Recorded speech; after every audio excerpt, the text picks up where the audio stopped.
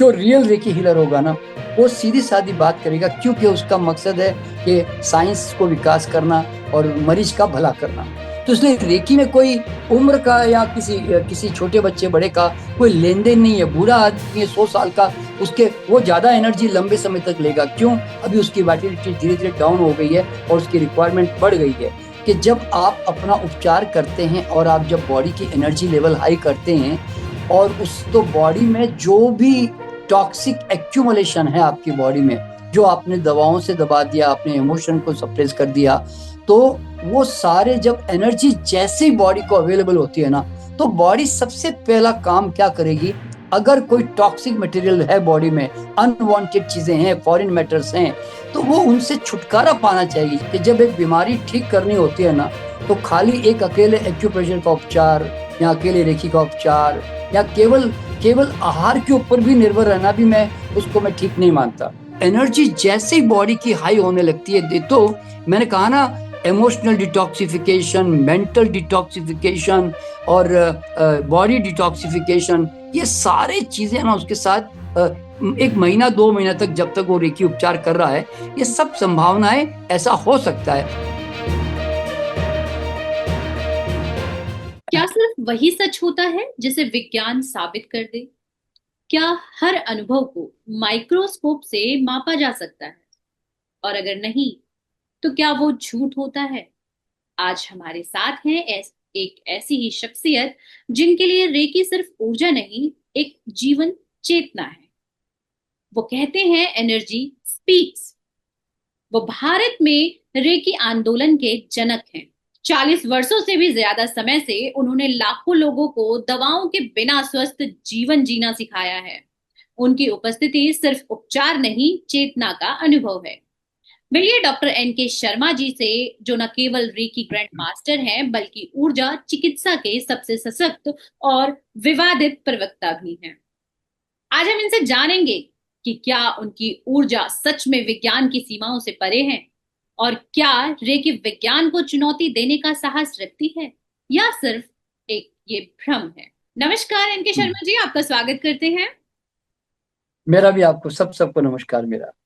जी, N K Sharma ji, आपसे जानना चाहेंगे कि क्या रेकी एक झूठी आशा है जिससे गंभीर बीमारियों का समय पर इलाज टल जाता है? मैं एग्जाम्पल भी आपको दे दूं कि जैसे कई कैंसर के रोगियों ने रेकी को प्राथमिक प्राथमिक इलाज मान लिया, जिससे उनकी स्थिति बिगड़ गई। और ये द गार्जियन की एक रिपोर्ट है, उसमें ये बताया गया था कि कैंसर के जो पेशेंट थे, उन्होंने रेकी को प्राथमिकता दी थी, जिससे उनकी हालत और ज्यादा खराब हो गई थी। इस पे क्या कहना चाहेंगे आप? देखिए, पहली बात तो कोई भी मरीज जब किसी उपचार को चुनाव करता है, तो सिर्फ अकेले रेकी के ऊपर निर्भर रहता है, तो वो थोड़ा मेरे ख्याल से बहुत बड़ी चूक कर जाता है। क्योंकि रेकी, देखिए, एक डेफिनेटली जीवनदायिनी, जीवन शक्ति बढ़ाने वाली, और उसी जीवन शक्ति कारण हमारे बॉडी के फंक्शन, एलिमिनेशन, रीजनरेशन बहुत फास्ट होते हैं। लेकिन साथ ही साथ में जिस कारणों से आज वो कैंसर या कोई भी बीमारी आज वो डेवलप हुई उनको, और तो उसका कारण कहीं ना कहीं माइंड में तो है, कहीं ना कहीं उनके खान पान में है, कहीं ना कहीं उनके लाइफस्टाइल में है, कहीं ना कहीं उनके एनवायरमेंटल आसपास जो नेगेटिव ऊर्जाएं उसके अंदर है।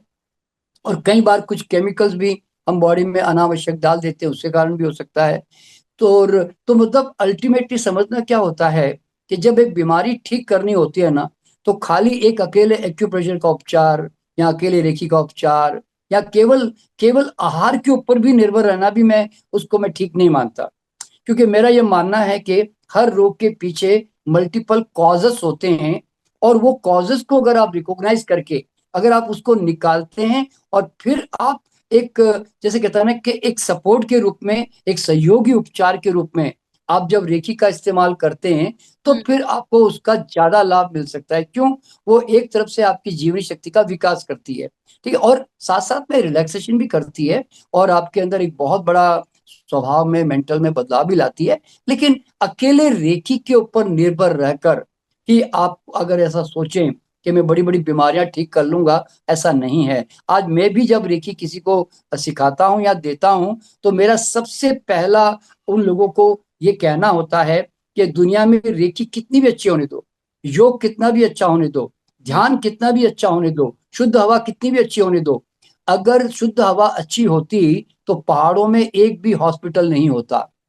और योगी लोग जो है, जो कि आज कई सालों से योगा करते हैं, उसमें अभी रिसेंटली आपने देखा होगा कोई 52 साल में मर गया, कोई कोई 50 साल में मर गया। तो सवाल क्या होता है, कोई अब बड़े बड़े संत महात्मा बहुत छोटी उम्र में भी चले जाते हैं। मतलब जैसे आज विवेकानंद का नाम लेते हैं, ऐसे कई लोगों का नाम, ऐसे कई ऐसे महात्मा होते हैं। तो क्या होता है कि केवल रूट कॉज को अच्छी तरह पहचान कर उसको निकालना चाहिए, और जो शरीर की मूलभूत आवश्यकताएं हैं, हम्म। जिसमें पॉजिटिव मन है, सही खान पान भी है, सही विश्राम भी है, सही वातावरण भी है, सही व्यायाम भी है, तो ऐसे, और तो ये सारी चीजें मतलब जब तक एक साथ इकट्ठी नहीं होती ना, तब हम्म। तक कभी भी मैं समझता हूँ कि रेकी में वो बहुत खाली अकेली रेकी अपनाकर वो चूक जाएंगे। अच्छा, अगर आपके पास कोई कैंसर पेशेंट आता है तो आप उसको किस हम्म। तरह की सलाह देते हैं कि उन्हें क्या क्या गाइडेंस को फॉलो करना चाहिए, किन चीजों को? क्योंकि आपने अभी यहाँ पे बिल्कुल क्लियर कहा कि सिर्फ रेकी के भरोसे नहीं रह सकते। बिल्कुल मेडिकल बिल्कुल, साइंस जो देखिए। है, हाँ। डॉक्टर्स जो हैं हाँ, उनके बिल्कुल आपने। हाँ। उनके ऑब्जर्वेशन में हम्म। रहना चाहिए और साथ में रेकी भी लेते रहना चाहिए, आप ये कह रहे हैं? देखिए, हाँ जी, हाँ जी, देखिए मेरा ये मानना होता है कि ज्योति जी के हर बीमारी में कई चीजों की आवश्यकता होती है। और सबसे पहले तो मैं माइंड के ऊपर ध्यान देता हूँ उनके, क्योंकि माइंड में क्या होता है, उनके कई तरह के फियर्स होते हैं, कई तरह के नेगेटिव इमोशंस होते हैं, सप्रेस्ड इमोशंस भी होते हैं। तो और उनके बिलीफ सिस्टम, देखिए क्या होता है, कोई भी मरीज ठीक कब होता है, जब उसको ये स्ट्रांग बिलीफ हो कि ये रास्ता सही है, और मैं सब, तो वो सबकॉन्शियस माइंड भी उसको एक्सेप्ट करके वैसी स्थिति शरीर में पैदा करने लगता है। तो जब उसका बिलीफ ही कमजोर है, हम्म। और वो ये समझ कर आता है कि चलो ये भी एक बार ट्राई कर लेते हैं, इसका मतलब है कि उसका बिलीफ स्ट्रांग नहीं है। समझे ना आप? तो इसलिए पहले मैं सबसे पहले एक ही बात कहता हूं कि तुम्हारे अपने माइंड को ठीक करो। क्यों? If your mind is healed, तो आधी बीमारी वहीं से ठीक होने लग जाती है, पहली बात। फिर मैं उनका जो लाइफ स्टाइल है, जिसमें न्यूट्रिशन बहुत बड़ा रोल प्ले करता है, तो मैं उनको जो जिस न्यूट्रिशन से वो आज बड़े बड़े कैंसर में चला गया, जैसे बहुत ज्यादा दूध का उपयोग, नॉनवेज का उपयोग, तला हुआ का उपयोग, या बहुत प्रोसेस फूड का उपयोग, या बहुत केमिकल का उपयोग, ये सब जिन कारणों से वो बीमार पड़ा, और वो जैसे होता है ना, जिससे ब्लड बहुत हाईली एसिडिक हो गया, तो उनको एक ऑल्कलाइन डाइट की तरफ लेके जाते हैं, जिसमें फल जोड़ते हैं, सलाद जोड़ते हैं, अंकुरित दालें जोड़ते हैं, वेजिटेबल जूसेस जोड़ते हैं, नट्स जोड़ते हैं, सीड आप जोड़ते हैं। बेसिकली तो इस तरह डाइटिशियन से। का काम करते हैं इसमें? नहीं नहीं, डाइटिशियन आप नहीं, डाइट नहीं चार्ट डाइटिशियन बना सिर्फ करके दे रहे नहीं नहीं, हैं? डाइट सिर्फ एक वन ऑफ द पार्ट है वो। ग्रेट। क्योंकि हम उसको कहते हैं कि कैंसर में ऑक्सीजनेशन भी बहुत इंपॉर्टेंट है। अगर एक्सरसाइज करके मैक्सिमम ऑक्सीजन बॉडी को नहीं पहुंचाएंगे, तो लो ऑक्सीजन में कैंसर ज्यादा डेवलप करता है, क्योंकि जिसको एनोरेक्सिया कहते हैं। तो इसीलिए क्या होता है कि कैंसर जो है, उसके लिए उतना ही एक्सरसाइज का भी रोल है, उतना ही शुद्ध हवा का भी रोल है, और साथ साथ में जिस एनवायरमेंटल के कारण उसकी एनर्जी डाउन होती है, उस एनवायरमेंट से भी उसको मुझे बाहर निकालना पड़ता है। तो अकेला, मैंने कहा ना, अकेला रेकी, अकेला न्यूट्रिशन, अकेली केवल एक्सरसाइज, ये सब कभी भी अकेले काम नहीं करते। एक इंटीग्रेटेड अप्रोच जो है ना, वो होना ही चाहिए। कई बार देखिए, कई बार मैं ऐसा मानता हूं कि मरीज को कई बार तकलीफें होती है कैंसर में, उसको रिलीफ की भी जरूरत होती है, तो कई बार आयुर्वेदिक मेडिसिन थोड़ी टेम्परेरी काम कर जाती है, कई बार होम्योपैथी काम कर जाती है, कई बार उसमें एलोपैथी की भी कोई अगर जरूरत पड़ गई तो उसको भी उपयोग कर लेना चाहिए। तो मेरा मानना ये होता है कि कोई भी उपचार में एक इंटीग्रेटेड अप्रोच होना चाहिए। हमारा मकसद मरीज को ठीक करने से होना चाहिए, कोई पैथी से नहीं। हाँ, इसमें कोई शक नहीं है कि कैंसर के अंदर सालों से, आज करीब करीब मुझे 45 साल हो गए हैं, तो 45 साल पहले भी कीमो, रेडिएशन और सर्जरी यही था, पहले भी, आज भी यही है। तो इसीलिए एक्चुअल में देखा जाए तो मैक्सिमम लोग जो है कीमो रेडिएशन अपनाने के बाद में मतलब सर्वाइवल रेट लिमिटेड है, और जनरली लोग सेकेंडरीज बोलते हैं ना, वापस दोबारा कैंसर हो जाता है तो फिर वो बचते नहीं है जनरली। तो इस तरह से, पर ऑल्टरनेटिव मेडिसिन में रेकी के बहुत ज्यादा सफल केसेस हैं कि जिन्होंने एक अच्छी हेल्दी लाइफस्टाइल जीने का प्रण लिया।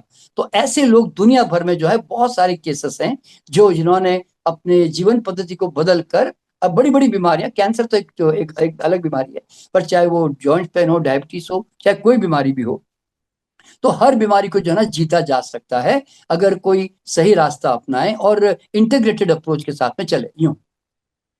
चलिए, मैं आपसे दूसरा सवाल ये जानना चाहूंगी कि रेकी से जुड़े कई मामलों में लोगों को सत्र के बाद, रेकी हीलिंग जो सत्र लेते हैं उसके बाद सिर में दर्द, बुखार, उल्टी और पैनिक अटैक की शिकायत हुई है।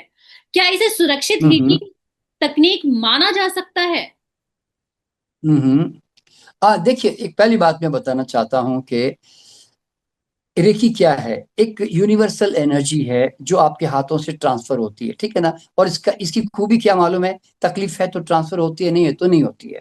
अच्छा, अब यहाँ पे समझना क्या है कि जब आप अपना उपचार करते हैं और आप जब बॉडी की एनर्जी लेवल हाई करते हैं, और उस तो बॉडी में जो भी टॉक्सिक एक्यूमुलेशन है आपकी बॉडी में, जो आपने दवाओं से दबा दिया, अपने इमोशन को सप्रेस कर दिया, तो वो सारे जब एनर्जी जैसे ही बॉडी को अवेलेबल होती है ना, तो बॉडी सबसे पहला काम क्या करेगी, अगर कोई टॉक्सिक मटेरियल है बॉडी में, अनवांटेड चीजें हैं, फॉरेन मैटर्स हैं, तो वो उनसे छुटकारा पाना चाहिए। जैसे बोलते हैं ना, मकान मालिक को जैसी ताकत आई मतलब धक्का मारने की गलत चीजों को, तो वो तुरंत सबसे पहले क्या करेगा, अनवांटेड चीजों को रिलीज करने की कोशिश करेगा।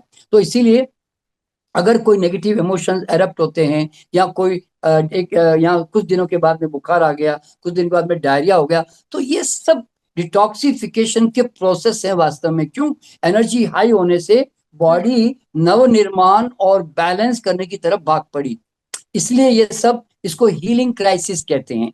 Healing crisis, not disease crisis. ये कोई मारने वाली क्राइसिस नहीं है, ये हीलिंग क्राइसिस है। तो इसके कारण उनको जो है फिर लाभ मिलना ही होता है। और उसके बाद कुछ दिनों के बाद, 2-4 दिन जब वो ये जब एक्यूट कंडीशन चलती है, अगर उस समय वो रेस्ट करके रेकी करते रहें और साथ साथ में उपवास यानी कि जूसेस, लिक्विड्स इन पे रहे, और भूख के अनुसार अपना फल सलाद वगैरह सब खाएं, हम्म। रेस्ट लेते रहें, तो फिर अपने आप में 2-4 दिन में, 8 दिन में धीरे धीरे वो जो सिम्टम है वो अपने आप कम होने लगते हैं। क्यों, नया कारण नहीं मिलता है तो वो पुराने सिम्टम खत्म होने लगते हैं, और धीरे धीरे फिर वो नॉर्मल हो जाता है। पर उसके बाद उसकी बॉडी की एनर्जी में, उसके हेल्थ में, उसके उसके उसके अंदर बहुत बड़ा बदलाव आने लगता है, इस तरह से।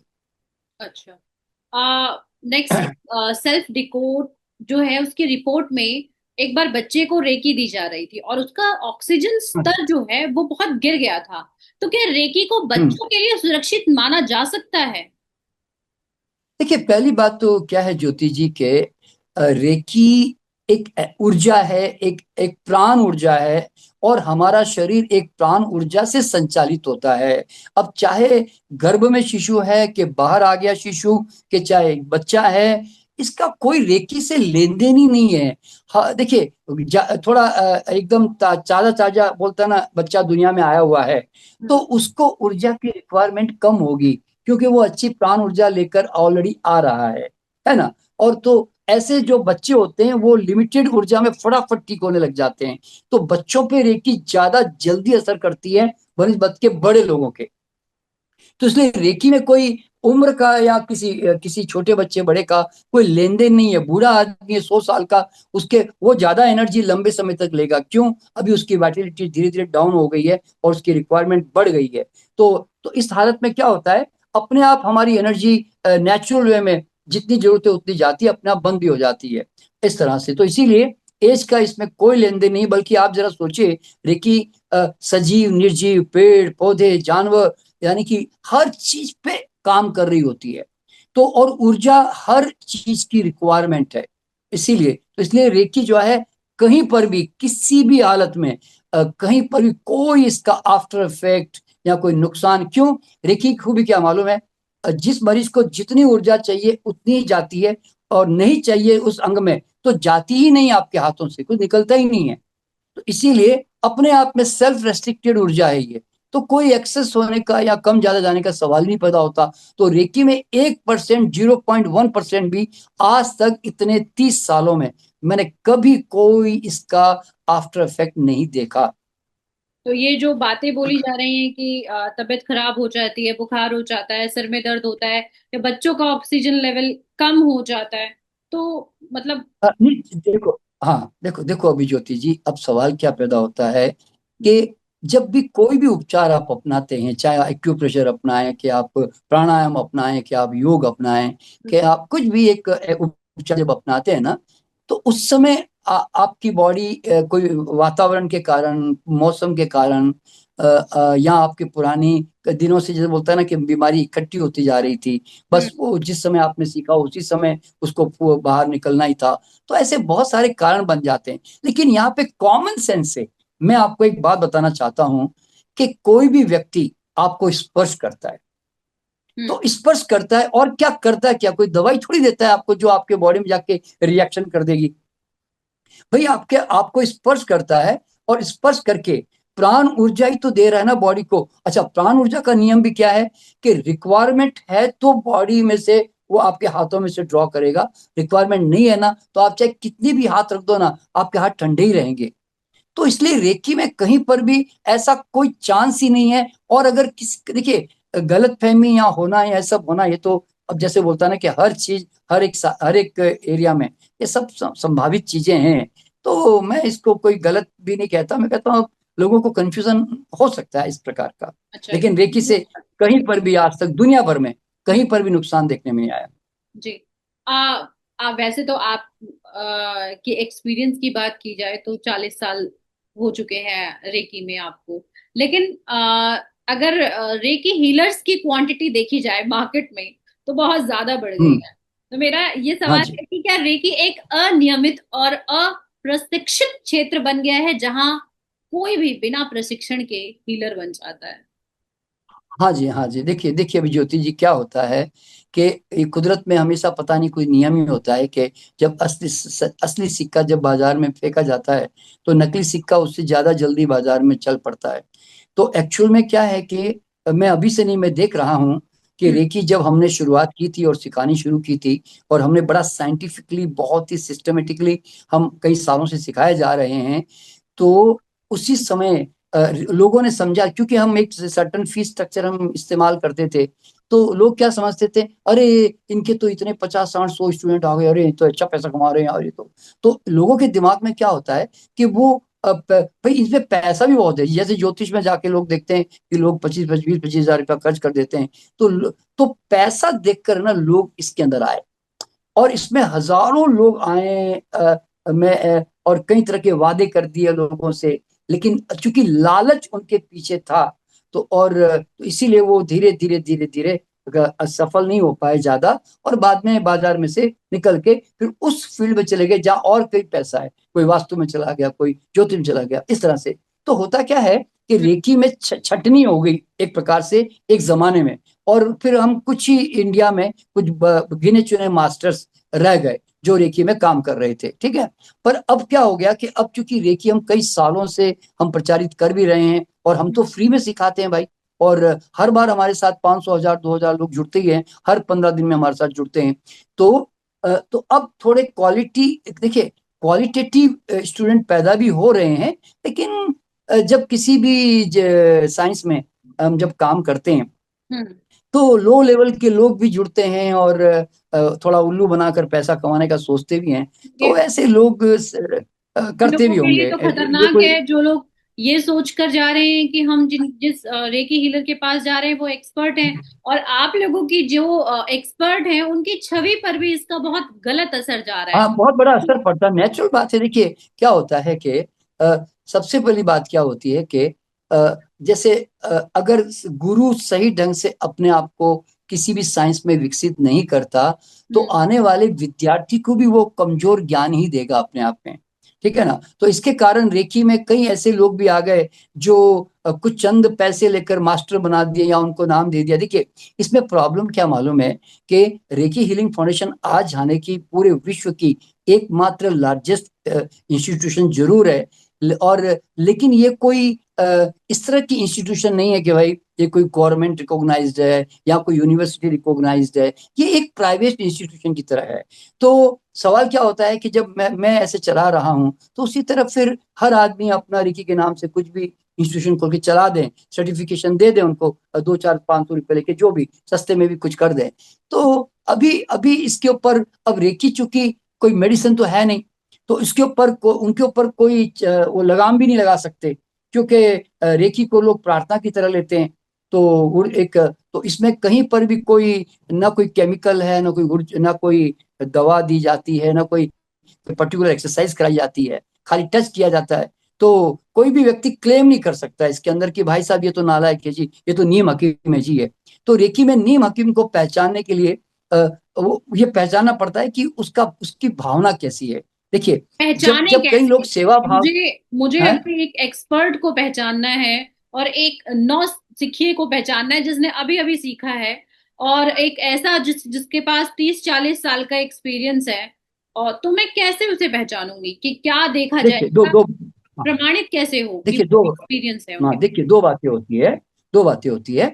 पहला, जब आप किसी रेकी हीलर के पास जाएं, तो अगर वो एक आपके सचमुच सेवा भाव से आपको देने का प्रयास कर रहा है, आपके हित की बात कर रहा है, आपको अनावश्यक ये सामान बेच रहा है, वो सामान बेच रहा है, ये टेस्ट करवा लो ने वो करवा लो, मेरे पास ये वाला इंस्ट्रूमेंट है, मैं ये करूंगा तो इतना पैसा लगेगा, मैं ऐसे करूंगा तो इतना पैसा लगेगा, फिर वो कई चीजों में अगर आपको उलझा रहा है ना, तो हम्म। फिर समझ लेना कि आप एक लालची या सिर्फ पैसे कमाने की दृष्टि से कोई व्यक्ति इस फील्ड में आ गया है, और वो आपको इस तरह के ताने बाने में बुन रहा है आपको। ठीक है। जो रियल रेकी हीलर होगा ना, वो सीधी सादी बात करेगा, क्योंकि उसका मकसद है कि साइंस को विकास करना और मरीज का भला करना। तो फिर वो क्या करेगा कि आपको सीधी सादी बात बताएगा, देखो भाई साहब, इसमें कोई जादू नहीं, चमत्कार नहीं है, इतने दिन लगेंगे और आपको इतना दिन मेरे पास आना पड़ेगा, और ये मेरा 15 दिन महीने का मेरा ये चार्ज होता है जी, बस उतना ही। और वो यूं नहीं कि किसी प्रकार का, मतलब उसके उसके हाव भाव में कहीं पर भी आपको लगेगा कि ये कोई अहंकारी, लालची या फालतू उल्लू बनाने वाला जैसा व्यक्तित्व लगता नहीं है। ये एक स्पिरिचुअल टाइप का व्यक्तित्व लगता है। तो क्योंकि देखिए, जो आदमी ध्यान करता है, साधना करता है, दिल से अच्छा है, भोला है, इनोसेंट है, मंत्र जाप करता है, किसी ईश्वर पे भरोसा करके काम करता है, या उसका मिशन बहुत अच्छा है, तो वो सामने आपकी उनकी बातों में दिख जाएगा, सीधी बात है। तो ये जरा हमें समझना बड़ा जरूरी। कई लोग क्या होते हैं, इतने चालाक होते हैं कि बड़े बड़े बिंदिया लगा देंगे, बड़े बड़े कुछ वो लगा देंगे, बाल बढ़ा देंगे, अपने कपड़े बदल देंगे, अपने मालाएं पहन लेंगे तरह तरह की, और बड़े ताम झाम करके अपने आप को ऐसा बताते हैं जैसे वो बड़े जबरदस्त स्पिरिचुअल हीलर है। तो ऐसे ऐसे भी मैं ऐसे लोगों से भी मैं बचने को कहूंगा। क्यों मालूम है? रेकी में इस बातों का कोई लेन देन ही नहीं है। और वैसे भी जो भी लोग मेरे पास रेकी सीखते हैं, मैं इन सब लोगों के विरोध में बातें करता हूँ। क्योंकि एक प्रकार से कपड़े बदल देने से, बाल बढ़ा देने से, दाढ़ियां बढ़ा देने से और बड़ी बड़ी मालाएं पहनने से ना कोई ज्ञानी या कोई आध्यात्मिक नहीं हो जाता।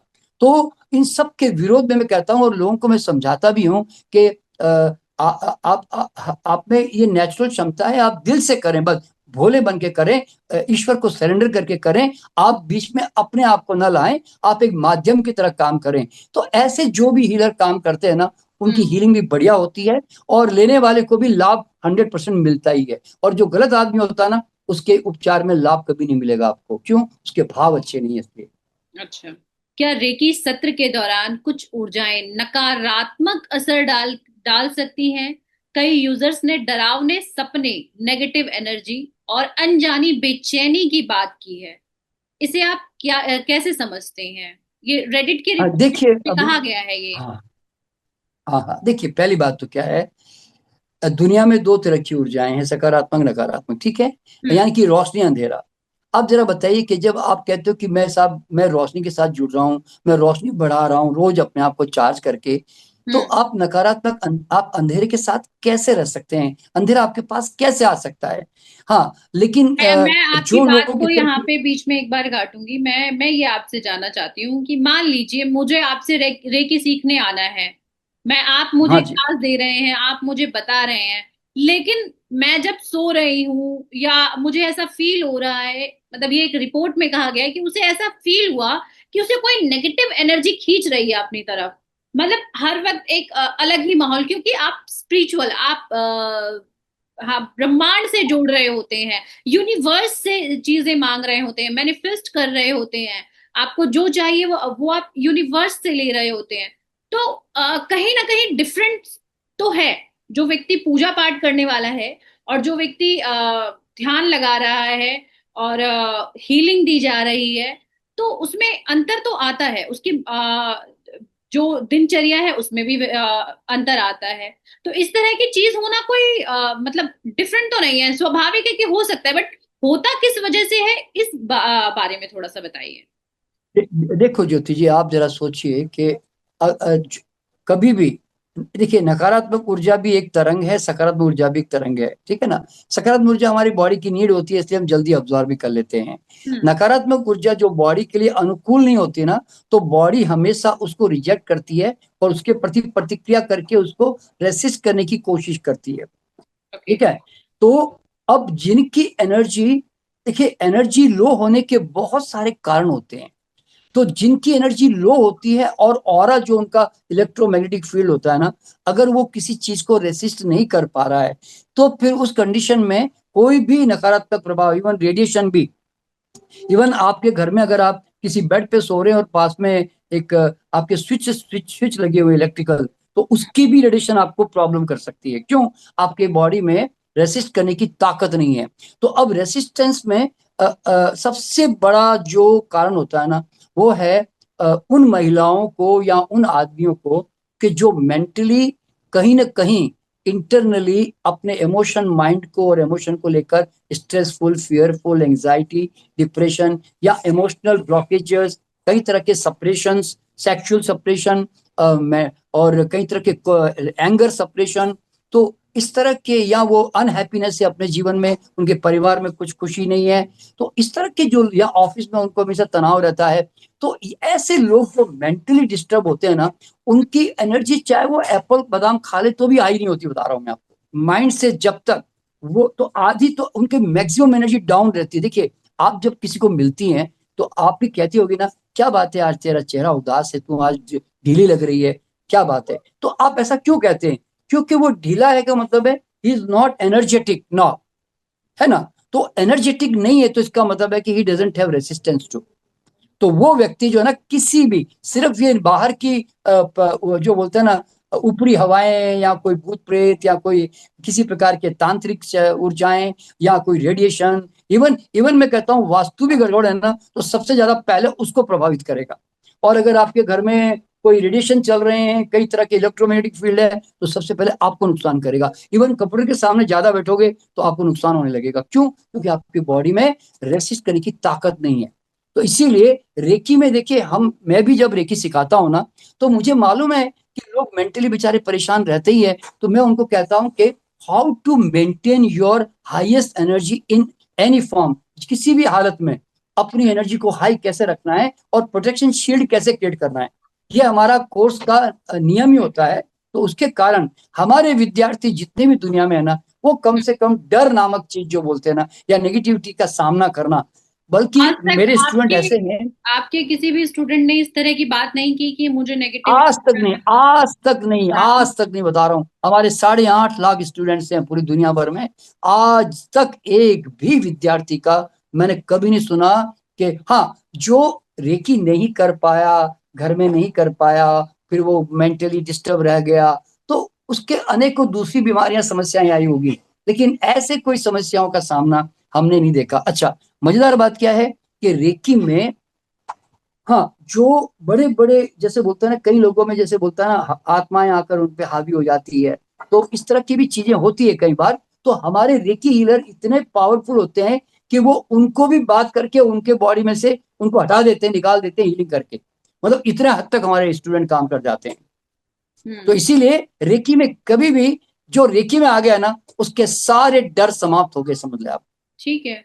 अगर आपको लग रहा है कि आपके पास 8.5 लाख स्टूडेंट में अभी तक किसी ने ये कंप्लेन नहीं की है, तो हो नहीं सकता नहीं, है हमारे पास कि नहीं। कुछ लोगों में ही ये चीजें होती हों। अच्छा। वो हाँ, जैसे बोलते हैं ना, नीम हकीम के पास चले गए और हम्म। उनको उनके पास नुकसान हो गया, तो हम्म। मुझे लगता है शायद वो उनकी बातें कर रहे होंगे। देखिए हम्म। दुनिया में, देखिए मैं मेरी अकेले की बात भी नहीं है, जो हम्म। अच्छे अच्छे मास्टर दुनिया में काम कर रहे हैं उनके पास भी ये रिकॉर्ड ऐसा नहीं है। आज अच्छा। विलियम रैंड अमेरिका में, मेरे खुद के गुरु विलियम हाउ सिंगापुर में है। ऐसे कई मास्टर्स काम कर रहे हैं। आज इंडिया में भी बहुत अच्छे अच्छे मास्टर्स हैं, भोपाल में है, बेंगलोर में है, मुंबई में है। बट मैंने कभी उनके मुंह से कभी सुना नहीं ऐसी बातें। अच्छा, ये बताइए कि जब वैज्ञानिक प्रमाण रेकी की प्रभावशीलता को पूरी तरह से साबित नहीं कर पाए, तो क्या ये सूडो साइंस, आपको नहीं लग रहा नहीं कि नहीं नहीं।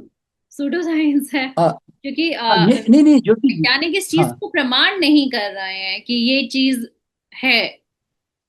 नहीं ज्योति जी, अ, हम शायद देखिए, हम उस क्या विषय से शायद हम अनजान होंगे, लेकिन ऐसा बिल्कुल नहीं है। हम्म। आज आपको जानकर के आप जाके गूगल में सर्च कीजिएगा, recce in hospitals, recce recce research, आप खाली इतने वर्ड डालिए आप, तो आप जानकर के हैरान हो जाएंगे कि इतने हॉस्पिटल की लिस्ट निकल आएगी कि आप उसको प्रिंट आउट निकाल नहीं पाओगे, बता रहा हूं मैं आपको। इतने हॉस्पिटल्स के नाम मैं आपको भेज हॉस्पिटल सकता पे हूँ, बता खुद रहा ये हूँ। मानते हैं कि रेकी हीलिंग सेंटर्स होने चाहिए हॉस्पिटल के अंदर। देखिए, सोचिए, हॉस्पिटल में पेशेंट डिमांड करते हैं, नर्सेस को स्पेशली ट्रेन किया जा रहा है। और हम्म। वो छोड़िए, मैं स्वयं अभी ऑल इंडिया मेडिकल इंस्टीट्यूट में हमारा प्रयास चल ही रहा है, और वहां पे हमें जगह देने की एफर्ट हो रही है कि कहाँ रेकी का अभ्यास किया जाए। और वो देखिए, पहली बात, लेकिन सवाल यहाँ पे क्या है कि क्या मेडिकल साइंस मानेगी तो ही आप उसको मानोगे। देखिए, पहला तो आपका जैसे बोलते हैं बेस बनाने के लिए हमें सबसे पहले अपने ऋषि मुनियों के आधार को लेना चाहिए, जो कभी जनरली गलत नहीं होते। पहले तो हमारे ऋग्वेद में इसके वर्णन है, तो उसको एक आधार मान के चलें। तो वहां पर उनके डायरेक्टर ने और उनके वहां के एक डिपार्टमेंट है, होलिस्टिक डिपार्टमेंट, तो वो सब मिलकर जो है वो इस चीज को अप्रिशिएट करते हैं, और वो चाहते हैं कि वहां पर ऐसी चीज वहां पे डेवलप हो। तो सबसे बड़ी बात क्या मालूम है कि पूरे वर्ल्ड में जो है ना रेकी, अ, अब देखिए क्वांटम हीलिंग, क्योंकि अभी क्वांटम फिजिक्स और क्वांटम वर्ल्ड अब इतना कॉमन हो गया है कि सूक्ष्म स्तर पर ऊर्जाएं किस तरह से काम करती है, इसके ऊपर इतनी स्टडी आ चुकी है अब, इतने रिसर्चर्स हो चुके हैं कि अब मतलब बल्कि बड़े बड़े डॉक्टर्स आजकल क्या कहते हैं मालूम है कि आने वाला समय एनर्जी मेडिसिन का समय है, energy medicine, not chemical medicine. तो तो इसीलिए इसका जो साइंटिफिक आधार है, अब कोई ऐसा डाउट रह ही नहीं गया। बल्कि अच्छे से, कम से कि मेरे खुद के ग्रुप में इतने 8.5 लाख विद्यार्थियों में मिनिमम 1,000 से ज्यादा मेडिकल डॉक्टर्स मेरे स्टूडेंट हैं, जिसमें बड़े बड़े सर्जन हैं, एमडीस हैं, बहुत सारे लोग हैं इसके वो अंदर। हीलिंग के लिए तो आते हैं कहीं आपके पास? जो डॉक्टर्स हैं वो हीलिंग के नहीं, लिए? हीलिंग के लिए नहीं, recce healer, third level, master level, सब सीखने के करके लिए? बैठे हुए हैं। हाँ जी बिल्कुल। और कई तो सिखाने लग गए हैं, कई लोग तो मेडिकल साइंस में से निकलकर रेकी ही सिखाने लग गए हैं। ऐसे भी डॉक्टर्स हैं। चलिए। मतलब देखिए दुनिया भर में, अ, देखिए दुनिया भर में अगर आप जाएंगे ना कि recce and medicine, recce and research, कुछ भी आप ऐसे सर्च करेंगे, अब आपको कोई कम नहीं, मतलब बड़े बड़े डॉक्टर्स इसके अंदर जो है कदम रखकर अब इसको अपने उपचार पद्धतियों में इस्तेमाल कर रहे हैं। और आजकल इंटीग्रेटेड हीलिंग मेडिसिन का बहुत बड़ा दौर चल पड़ा है, तो उसमें भी रेकी प्राण ऊर्जा का बहुत ज्यादा यूज जो है कॉमनली अब उपयोग होने लग गया है। और दूसरी बात क्या है कि ये ऊर्जा का प्रभाव जानने के लिए आजकल इतने बढ़िया बढ़िया इलेक्ट्रॉनिक गैजेट्स आ चुके हैं कि जिससे प्रत्यक्ष इसको देखा जा सकता है, प्रूव किया जा सकता है। देखिए, अब तकदीर से संयोगवश जो है कम से कम 1999 में ही मैंने खुद ही एक बहुत बड़ा aura scanner, digital aura scanner develop कर लिया था 1999 में। आपने तो खुद मैं, डेवलप किया था? हाँ जी हाँ जी, उसको मैं उसके माध्यम से मैं फोटोग्राफ बताकर मैं प्रूव कर सकता था कि अभी आपके हाथों में देखिए प्लेन एनर्जी आ रही है, लेकिन जैसे ही मैं रेकी फ्लो करूंगा तो मेरे हाथ तुरंत कलर, मेरा हाथों में सारा कलर एकदम बदल जाएगा। यानी कि मैं एक व्यक्ति का फोटोग्राफ लेता हूं तो उसका उसका ऊर्जा क्षेत्र मान लो इतना ही है, लेकिन रेकी करने के बाद 15-20 मिनट के बाद जब मैं फोटोग्राफ लेता हूं तो उसकी ऊर्जा एकदम ऐसे जबरदस्त बढ़ जाती है। तो ये जो सचमुच ऊर्जा में बढ़ोतरी हुई, कुछ चेंज आया, तो उस तो ऑरा के कलर में भी बहुत बड़ा चेंज आ जाता है। तो ये ऑरा इसके अंदर आज भी हम इस्तेमाल करते हैं। और ये तो मेरा अभी समझो 25 साल पुराना हो गया, लेकिन इसके अलावा भी रशिया के बहुत बड़े बड़े साइंटिस्टों ने ऐसा ऑरा स्कैनर डेवलप किया हुआ है, अमेरिका के साइंटिस्टों ने डेवलप किया हुआ है। अब तो मतलब इतने वेराइटीज ऑफ गैजेट्स आ चुके हैं कि जिससे सूक्ष्म ऊर्जाओं को अच्छी तरह पकड़ा जा सकता है और देखा जा सकता है। तो अब तो रेकी को प्रूव करने का कोई रह नहीं गया। अच्छा, इससे ये सब बातें भी छोड़ दीजिए, स्वानुभव से बढ़कर कोई चीज दुनिया में नहीं है। देखिए, रेकी में आज आज भी मैं कभी किसी को मैं कोई ऑरा स्कैनर नहीं बताता हूं, और ना मैं किसी को कोई साइंटिफिक गैजेट देता हूं। हम्म। मैं जब भी को ध्यान करवा कर किसी में रेकी को सक्रिय करता हूं ना, उसी समय मैं उसको कहता हूं, ये आपके यहाँ पे किसको किसको तकलीफ है, वो आ जाओ जी। तो वो व्यक्ति उठ के आ जाता है।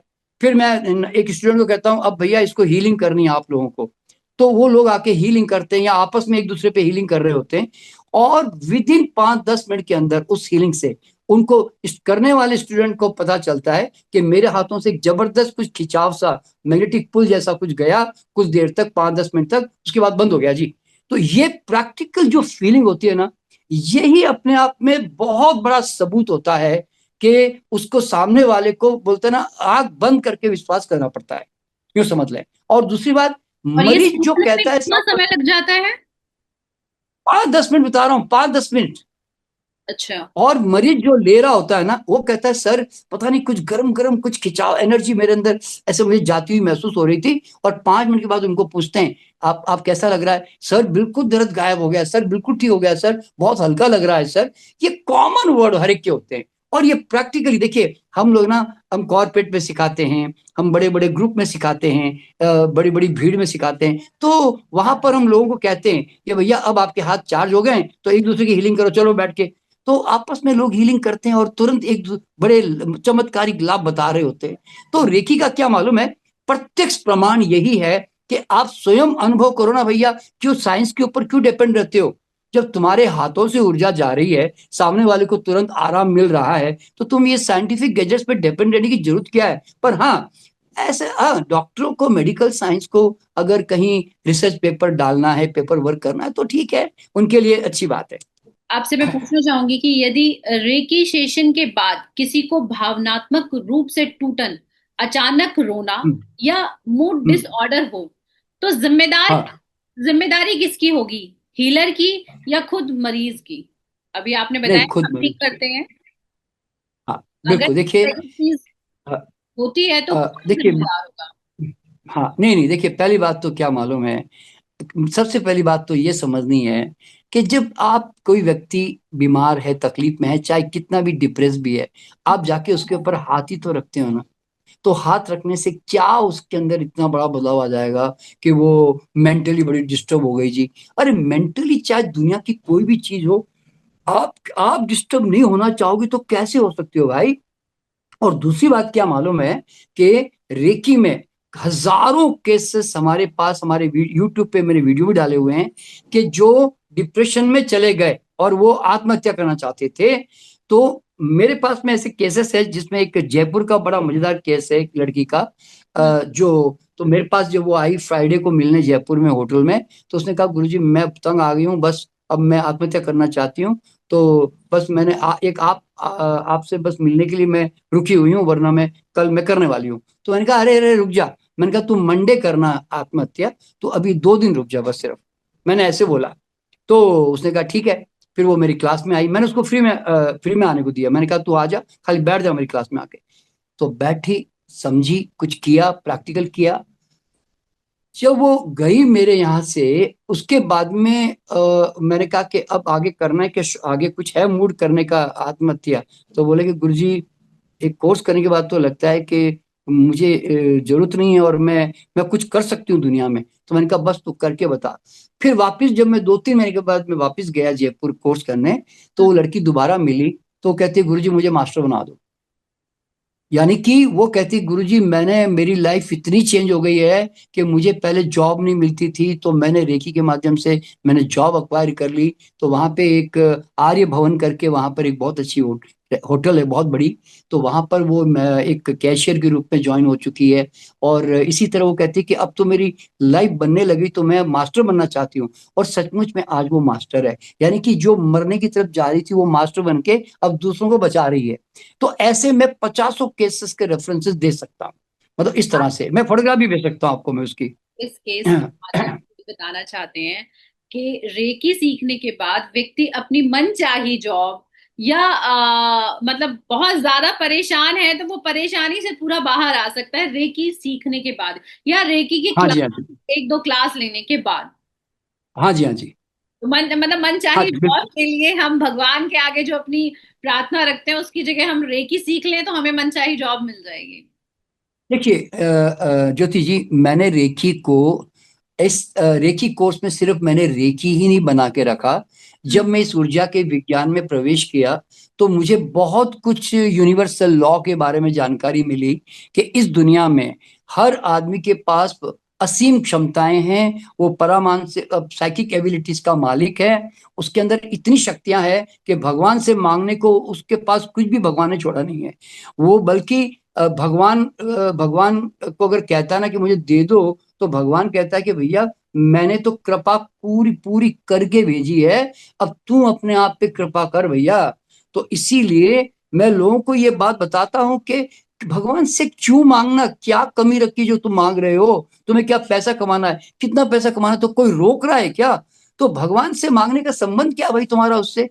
क्यों क्यों तुम्हें बीच में लाना है भगवान को? अरे तुम्हें हेल्थ चाहिए, अगर तुम्हें, तो आज तुम बीमार पड़े तो क्या भगवान ने बीमार किया क्या तुमको? अरे भाई तुम्हारी गलतियों से, अज्ञानता से हुए हो, तो उसको ठीक करके तुम परम स्वास्थ्य को उपलब्ध हो सकते हो। और अगर तुम दुखी हो, तो दुख के कारण तुमने जोड़े कि भगवान ने जोड़े हैं? तो मैंने कहा कि भाई तुम अपने अंदर आनंद ढूंढो तो आनंद मिलेगा। तो सवाल क्या होता है कि आज मेरी क्लास में जो ज्वाइन करता है, तो मैं उसको बताता हूं कि ब्रह्मांड में कुछ नियम काम करते हैं भाई। तो तुम जो चाहे संसार में रचो ना, पर तुम्हें उसमें कंपित होना पड़ेगा। तुम्हें उसको तुम्हें सबसे पहले विजन चाहिए, पैशन चाहिए, एक्शन चाहिए, तब जाके मैनिफेस्टेशन शुरू होता है। तो किसी भी फील्ड का सिंपल सा लॉ है कि अगर आपके पास कोई विजन है, हम्म। पैशन है, एक्शन है, तो फिर मैनिफेस्टेशन होना ही है ना भाई। तो ये सिंपल सा साइंस है, कौन सा बड़ा चमत्कार है। अब लोग इस बात को समझते नहीं है, तो वो समझते हैं कि कोई जादू की तरह सब कुछ आसमान से टपक पड़ेगा। नहीं आता भाई। कोई भगवान भगवान किसी को देता लेता नहीं है, ध्यान रखना। ये यूनिवर्स है, ये पूरा समुद्र का सागर है, अथाह समृद्धि का सागर है। अब हम्म। तुम चम्मच लेके जाओगे तो चम्मच जितना ही मिलेगा ना भाई। कटोरी लेके जाओगे कटोर जितना मिलेगा, बकेट लेके जाओगे तो बकेट जितना। बर्तन का साइज कौन डिसाइड करता है? तुम डिसाइड करते हो ना। तो मतलब इसीलिए मैं लोगों को कहता हूं कि अ, भगवान तुम्हें खूब पैसा देना चाहता है, समृद्धि देना चाहता है, तुम्हारे में लेने की वाले ताकत नहीं नहीं है। बनते। बस तुम्हारे अंदर वो दम नहीं है लेने का, मैं यूं बोलता हूँ। अच्छा। अच्छा, एक सवाल है मेरा। अभी मैंने जो आपसे पूछा था कि टूटन और अचानक रोना, तो एक केस था जिसमें उसने कहा, रेडिट में ही एक पर्सन ने अपनी रिपोर्ट डाली थी कि वो रेकी लेते वक्त लगातार 3 घंटे तक सिर्फ रोता रहा, विदाउट एनी, हाँ, वो रोता रहा। हाँ, तो ये जो रोने हाँ। की वजह होती है, व्यक्ति अगर रो रहा है तो वो कंटिन्यूअस रो ही रहा है, ये किस वजह से होता है? देखिए आप अगर ओशो का एक रोज, मिस्टिक रोज एक मेडिटेशन है ओशो का, हम्म। जिसमें ओशो है ना स्वयं हम्म। खुद वो कहते हैं कि आपको 21 दिन का कोई उनका ध्यान होता है, जिसमें वो कहते हैं कि आपको लगातार इतने दिन तक, 8-10 दिन जो भी है, केवल आपको रोते रहना है, रोते रहना, रोते रहना बस। क्योंकि ओशो को मालूम था कि आदमी जो है इतना भीतर से सप्रेस्ड है। और खास करके जो मेल कैरेक्टर होते हैं ना, उनको लोग कहते हैं अरे तू आदमी होके क्या औरतों की तरह रो रहा है। तो ये भावना के कारण है ना, आदमी अपने आंसू को रोक कर हार्ड बन जाता है। लेकिन जब उसको रोने का मौका दिया जाए ना, तो वो सचमुच फूट पड़ेगा, बता रहा हूं मैं आपको। और मैंने देखा ऐसे। तो ये इसीलिए रेखी क्या आदमियों के लिए हाँ, काबू होती है क्योंकि आदमी नहीं रोते, औरतें रोती हैं सर। हाँ, जनरली ये कॉन्सेप्ट होता है ना। तो लेकिन रेकी करने के बाद क्या होता है, चाहे औरतें रोने को दबा रखी है या आदमी दबा रखा है, वो एनर्जी जैसे ही बॉडी की हाई होने लगती है, तो मैंने कहा ना, इमोशनल डिटॉक्सिफिकेशन, मेंटल डिटॉक्सिफिकेशन और बॉडी डिटॉक्सिफिकेशन, ये सारे चीजें ना उसके साथ एक महीना 2 महीना तक जब तक वो रेकी उपचार कर रहा है, ये सब संभावनाएं ऐसा हो सकता है। लेकिन इससे गलतफहमी ना पाल लें कि रेकी करने से कुछ उल्टा हो गया। अरे भाई, माल तेरे अंदर होगा तो बाहर निकलेगा ना, जब माल है ही नहीं तो फिर तू क्या निकलेगा? तुम कितनी भी रेकी कर लो अपनी। तो सीधा सा हिसाब है ये। रेकी सत्र से पहले मरीज को संभावित साइड इफेक्ट्स और सीमाओं के बारे में सही जानकारी दी जाती है, या सिर्फ हाँ जी, हाँ जी। सकारात्मक, सिर्फ पॉजिटिव बातें ही बताई जाती हैं कि सब अच्छा होगा, आप ठीक हो जाएंगे, सिर्फ यही किया जाता है? नहीं नहीं, देखिए क्या होता है, जब मैंने आपको बताया ना कि रेकी जब हम सीखते हैं ना, तो क्या कैसे आपको प्रिपरेशन करना है, कैसे आपको अपना प्रोटेक्शन करना है, कैसे आपको अपनी एनर्जी को हाई करना है, और कैसे आपको बंधन कट करना है जब आप किसी की हीलिंग करते हैं, तो इसको कहते हैं कॉर्ड कटिंग। तो कैसे अपनी इमोशनल कॉर्ड कट करना है किसी से, तो इस तरह की जितनी भी सावधानियां होती है ना, वो उनको करने के लिए कहा जाता है। और क्योंकि उसके नहीं करेगा तो फिर वो, जैसे फ्लाइट में बोलते हैं ना कि अपना बेल्ट बांध के रखो, ऐसे तो ठीक है, एक्सीडेंट तो अभी नहीं हुआ का फ्लाइट का, लेकिन एक संभावना के तौर पर हम उसको ये कहते जरूर है भाई कि ये हम्म। सब कट करो, इस तरह से प्रोटेक्शन करके ही हीलिंग करो हमेशा। तो ये कॉमनली जो है हमारा रेकी का, देखिए मैंने आपको क्या बताया, रेकी जब कोई साइंस हम सिखा रहे हैं तो उसकी जहां भी छोटी मोटी कहीं पर भी प्रॉब्लम होने की संभावनाएं होती है, वो उनको सिखानी ही पड़ती है, यूं समझ ले।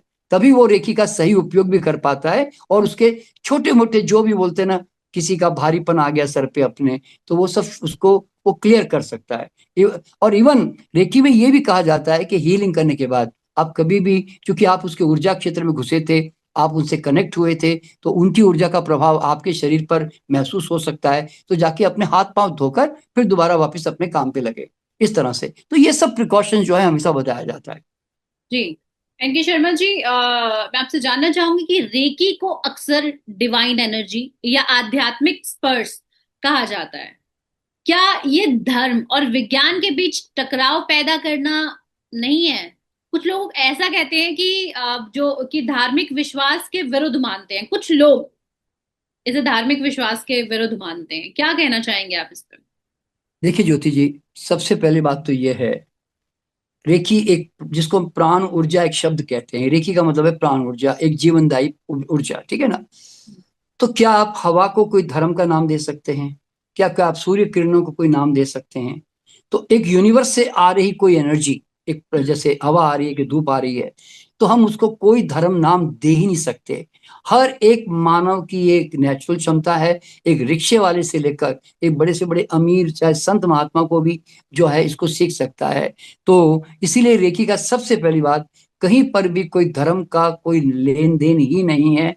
और दूसरी बात यह है कि अ, कई कई धर्मों में आज भी रेकी का इस्तेमाल नहीं होता। जैसे इस्लाम धर्म जो है वो अभी रेकी से बहुत दूर है। हालांकि मेरे कम से कम 100 से आसपास मेरे इस्लामिक स्टूडेंट भी है, ऐसी कोई बात नहीं है, लेकिन बहुत कम, सबसे कम अगर कोई स्टूडेंट है तो वो है इस्लाम धर्म से, ठीक है ना। बाकी लेकिन जो क्रिश्चियन तो दुनिया ज्यादातर, भर में छाए हुए हैं। अच्छा, हैं? क्रिश्चियंस लोग नहीं ज्यादा नहीं, रेकी इस्लाम पर धर्म, करते हैं। नहीं, इस्लाम धर्म में इसका प्रॉब्लम क्या आता है कि चूंकि एक तो जब इसकी कहानी सुनाई जाती है ना, तो इसको बौद्ध धर्म से कहीं कनेक्ट कर देते हैं लोग, और कई लोग हिंदू धर्म के हिसाब से, जैसे मैं खुद अपने क्लास में मैं ओम का ध्यान करवाता हूँ, तो ओम का ध्यान करवाने के कारण लोग समझते हैं कि ये हिंदू पद्धति है भाई, आप समझे ना। तो कई बार इसके कारण भी लोग कर जाते हैं, लेकिन हालांकि जब मैं ओम करवाता हूं तो मैं ये जरूर अनाउंस करता हूं कि अगर आपको कोई धार्मिक रेस्ट्रिक्शन है तो आप अपने धर्म का कोई भी मंत्र जाप कर सकते हो जब आप ध्यान करेंगे। तो ऐसा मैं कहता भी हूं, लेकिन फिर भी जनरली इस्लामिक मुसलमान लोगों में ऐसा कहा जाता होगा कि भाई ये सब धर्म के खिलाफ है, इन चीजों में मत जाओ, ऐसे शायद क्रिश्चियन कहते होंगे। लोग ओम का उच्चारण कर लेते हैं। नहीं करते, देखिए नहीं, जो थोड़े से ओपन माइंडेड है और मेरी बात को समझ जाते हैं, क्योंकि मैं उनको कहता हूं भाई, Om is not a Hindu word, hmm. Om is a universal sound. अब यूनिवर्सल साउंड नासा ने भी उसको प्रूव किया हुआ है। तो अब वो ओम हमारे ऋषि मुनियों ने भी सुन लिया, तो उन्होंने भी ओम बोल दिया। अब हिंदू ने बोल दिया ओम, तो हम क्यों बोले जी ओम? तो उनको कहता हूँ भाई, Om is a universal sound, किसी की बपोती नहीं है। तो वो तुम्हारे अंदर भी चल रहा है, वो तुम्हारे बाहर भी चल रहा है। तो भाई तुम ओम ध्यान करो ना, अगर तुम्हें कोई रेस्ट्रिक्शन माइंड में नहीं है। तो मेरे कई मुस्लिम जो इवन बांग्लादेश में भी है, पाकिस्तान में भी है, ऐसे सारे दुनिया भर से लोग जुड़े हैं, तो वो सब ओम का ध्यान करते हैं, जो थोड़े समझदार मुस्लिम हैं। बाकी होंगे कुछ 10-20% जो मुझे बताते नहीं होंगे कि गुरुजी मैंने तो नहीं ओम किया, ऐसा बोलते तो नहीं है। पर वो कहते हैं हाँ ठीक है जी हम ओम करेंगे, ऐसा बोलते हैं बस। पर करते कि नहीं करते मुझे नहीं मालूम। जी। अच्छा, ये बताइए कि रेकी को एक व्यवसाय बना दिया गया है। हाँ जी। हाँ, व्यक्ति की पीड़ा से आर्थिक लाभ कमाया जाता है बिना किसी गारंटी या जिम्मेदारी के। ना कोई गारंटी ली हाँ जाती जी। है, ना ही हीलर इसमें जिम्मेदार होता है। और अगर बात हम्म। करें तो एक एक सत्र के लिए 2-2 हजार रुपए चार्ज किए जाते हैं, जो नॉमिनल सा चार्ज है। तो ये चिकित्सा है या भ्रम है?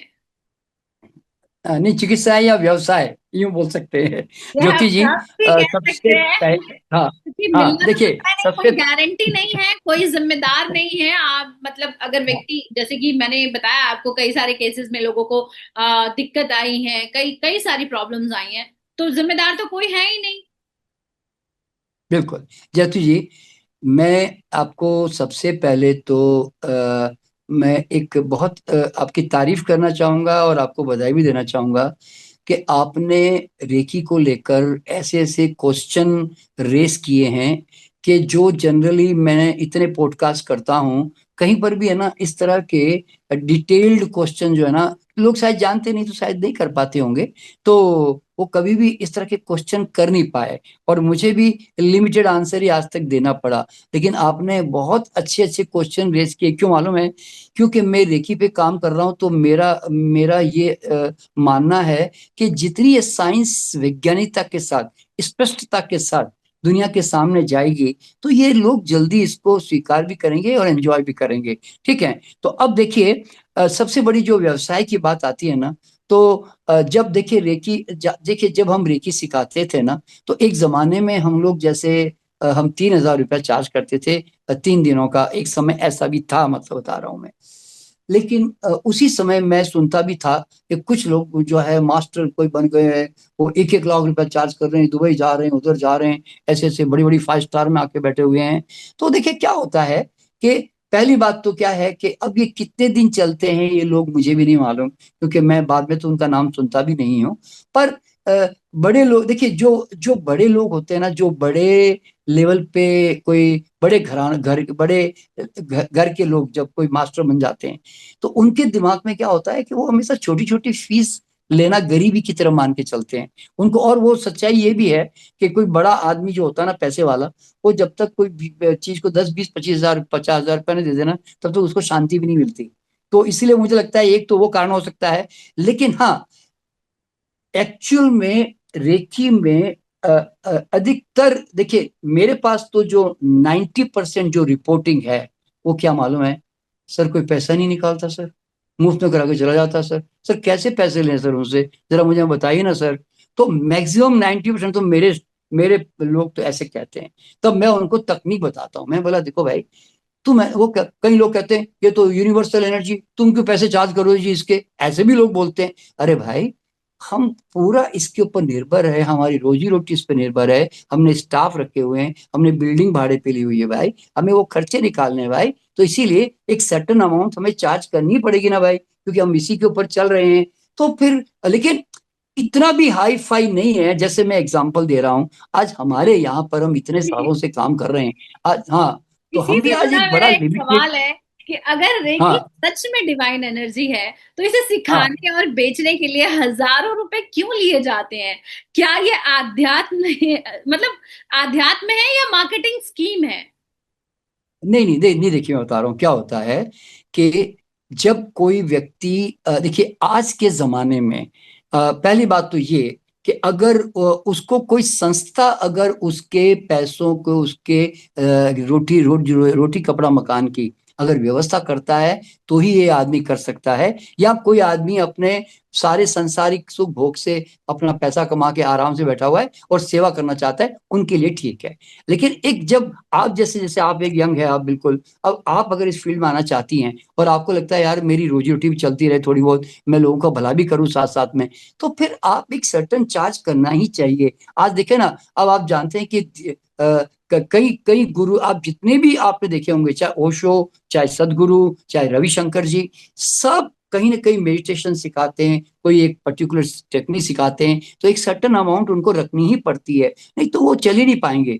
तो ये कोई आदान प्रदान का नियम है। देखिए क्या होता है, गुरु दक्षिणा हर व्यक्ति को देनी ही चाहिए जब आप किसी गुरु से कोई खास ज्ञान को प्राप्त करते हैं।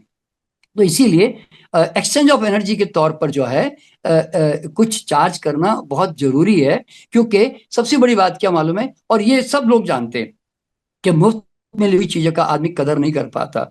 इसीलिए और मुफ्त की जो प्रवृत्ति होती है ना, वो आदमी को गरीब बना के रखती है, देने वाले को अमीर बनाती है, क्योंकि वो तो दिल से दे रहा है भाई, वो तो बांट रहा है। लेकिन लेने वाला आदमी इसको गरीब बन जाता है। क्यों? वो हमेशा लेने में खींचने में उसका दिमाग रहता है, देने में दिमाग नहीं रहता। इसीलिए हमेशा हमेशा देने का भाव उसको ग्रो करता है।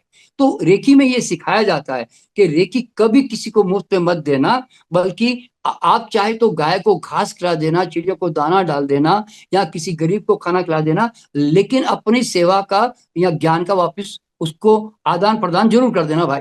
तो ये आज आज भी हम देखिए, हम मैं फ्री में रेकी सिखाता हूँ हर 15 दिन में। तो हम उसके साथ 5 शर्तें डालते हैं कि आप कम से कम 21 पेड़ पौधे एक महीने के अंदर हम्म। आप इस यहाँ पे धरती पर रोपेंगे आप। तो हमने एक रेस्पॉन्सिबिलिटी दे दी। आप अपने आसपास के कोई भी जो जानवर, चिड़िया, पक्षी और जो पशु पक्षी होते हैं उनको आप खाना खिलाएंगे। हम्म। तो हम एक ये रिस्पॉन्सिबिलिटी दे दी। हमने कहा ये फ्री नहीं है कोर्स, आपको वापस रिटर्न करना है, हमारा कर्ज है आपके ऊपर ये। तो हम इस तरह से उनको गाइड करते हैं। तो इसीलिए रेकी में जो है ना, देखिए, मुफ्तखोरी की प्रवृत्ति जो है ना भारत को बहुत बड़ा नुकसान कर देगी, और वो देश कभी समृद्ध भी नहीं होता। तो इसीलिए मुफ्तखोरी से लोगों को निकालना चाहिए, और कभी भी किसी चीज की एक वैल्यूएशन क्रिएट करने की क्षमता उसके अंदर पैदा करनी चाहिए। अच्छा, एक सवाल है मेरा आपसे कि अगर कोई रेकी हीलर गंभीर बीमारी में मेडिकल इलाज टालने की सलाह देता है, तो क्या उसे हत्या के लिए जिम्मेदार नहीं ठहराया जाना चाहिए? अगर कोई रेकी हीलर इस तरह की एडवाइस करता है, देखिए, मान लीजिए कोई नहीं नहीं, कैंसर देखिए, पेशेंट हाँ, है नहीं तो। हाँ, बिल्कुल बिल्कुल। देखिए क्या होता है कि अगर देखिए, पहली बात तो क्या मैं आपको बताना चाहता हूँ ज्योति जी, जनरली रेकी में शायद 1% कोई लोग जो है ना, 100 में से एक आधा इतना सीरियस होकर रेकी पे भरोसा करने करके आएगा। वो 1% व्यक्ति हो सकता है बस, अभी तक मेरे अनुभव में बता रहा हूं मैं। मैक्सिमम लोग क्यों आते हैं मालूम है? सारे ट्रीटमेंट आजमाइश कर चुके होते हैं, डॉक्टर उनको जवाब दे चुका होता है, और कोई वो दवा खाकर वो दवा खाकर भी आराम नहीं मिल रहा होता है। तो वो कहते हैं भैया अब सिर्फ रेकी कर दो बस, ताकि कम से कम रिलीफ तो मिले, कम से कम थोड़ा रिलैक्सेशन तो हो। तो इस तरह से, और फिर उस कंडीशन में अब अगर वो हीलर कहता है कि भाई आप इतनी दवाएं ऑलरेडी आजमाइश कर चुके हो, तो अब ज्यादा दवाओं के ऊपर मत डालो, क्योंकि वो डैमेज और ज्यादा कर जाएगी। तो उस कंडीशन में उसको इस तरह की गाइडेंस देना कोई गुनाह नहीं है। पर हाँ, कि अगर इस सब, देखिए, आप खाली एक रेकी हीलर है, और आप न आप चिकित्सा विज्ञान के जानकार नहीं है, आप आहार विज्ञान के जानकार नहीं है, आप हेल्थ के अच्छे जानकार नहीं है, और आप दावा ठोक ठोक कर लोगों को कह रहे कि मैं ठीक कर दूंगा जी, तो ये गलत तरीका है। इससे फिर जैसे कहते हैं ना कि इसमें कभी भी आपको धोखा मिल सकता है और आपका नाम बदनाम भी हो सकता है। सीधा हिसाब है। मान लीजिए कि जिस तरीके से रेकी का प्रचार एक तरह की अंधविश्वास की स्टार्टअप इंडस्ट्री, मतलब आपको लगता है हम्म। कि बन चुका है, जहां डिग्री नहीं आभा बेची जा रही है। मतलब जो हम्म। रेकी सर्टिफिकेशन का कोई सरकारी नियंत्रण नहीं है, तो हम्म। ये किस नियम से इलाज कहलाता है? नहीं, देखिए, रेखी जिस तरह मैं एग्जांपल दे रहा हूं आपको, कि आज जैसे पंडित जी आपके घर में कोई प्रॉब्लम आने पर अनुष्ठान करते हैं, कोई यज्ञ करते हैं, तो वो आपके शायद हित के लिए कोई कोई भावना प्रकट करते होंगे कि भाई इनका भला हो जाए, शांति हो जाए इनके घर में, मान लो। तो वो जो है ना उस दायरे में लाया नहीं जा सकता कि ये पंडित जी कौन से उससे कर रहे हैं भाई। तो ये तो रेखी को जो है ना एक प्रेयर के रूप में, एक प्रार्थना के रूप में, दुआ के रूप में मानी जाती है। और एक स्पिरिचुअल हीलिंग इसका नाम ही वही है कि जिसमें रेखी वाले दुआ करते हैं जी, रेखी वाले ये जनरली भाव ये होता है। तो इसलिए इसमें कोई सर्टिफिकेशन कहीं चाहिए? देखिए मैं बताता हूँ आपको कि बहुत ज्यादा टेक्निकल लैंग्वेज लैंग्वेज जैसी कोई चीज रेकी में है नहीं। जो आदमी जितना, ये आदमी के आंख नाक कान की तरह नेचुरल पावर है। जो आदमी जितना श्रद्धावान होता है, भक्तिवान होता है, समर्पणवादी होता है, भगवान पे विश्वास करने वाला होता है, उसके हाथों से ऊर्जा अच्छी प्रवाह होती है और उसको लाभ मिलता है। तो इसीलिए रेकी में कहीं पर भी कोई सर्टिफिकेशन है नहीं है, इससे कोई फर्क नहीं पड़ता। सर्टिफिकेशन तो क्यों करते हैं मालूम है? इससे कौन सा लेवल सीखा है भाई, थोड़ा आइडिया आ जाए ताकि आगे के लेवल में इसको लेके जा सकें। सर्टिफिकेशन उसके लिए होता है, बाकी सर्टिफिकेशन का क्या मतलब है? हीलर तो अपने आप में हीलिंग करके ही अपना नाम कमा सकता है ना जनरली। और मैंने ऐसा देखा है, मैं बताऊं, हमारे मास्टर कई बार फिसड्डी रह जाते हैं। जो मास्टर बन चुके, ग्रैंड मास्टर बन चुके, वो फिसड्डी है। और सेकंड डिग्री किया हुआ व्यक्ति जो है ना, वो ज्यादा बेहतर काम कर रहा है दुनिया में। तो ऐसे ऐसे तो हीलर का कोई वो नहीं होता। वो एक अपनी पर्सनल डेवलपमेंट है वास्तव में। ठीक अच्छा है ना? जी। मैं आपसे जानना चाहूंगी कि रेकी हीलिंग के नाम पर भावनात्मक रूप से टूटी हुई औरतों, बच्चों और बुजुर्गों का शोषण नहीं हो रहा है? क्या ये एक मनोवैज्ञानिक शिकार का खेल नहीं है?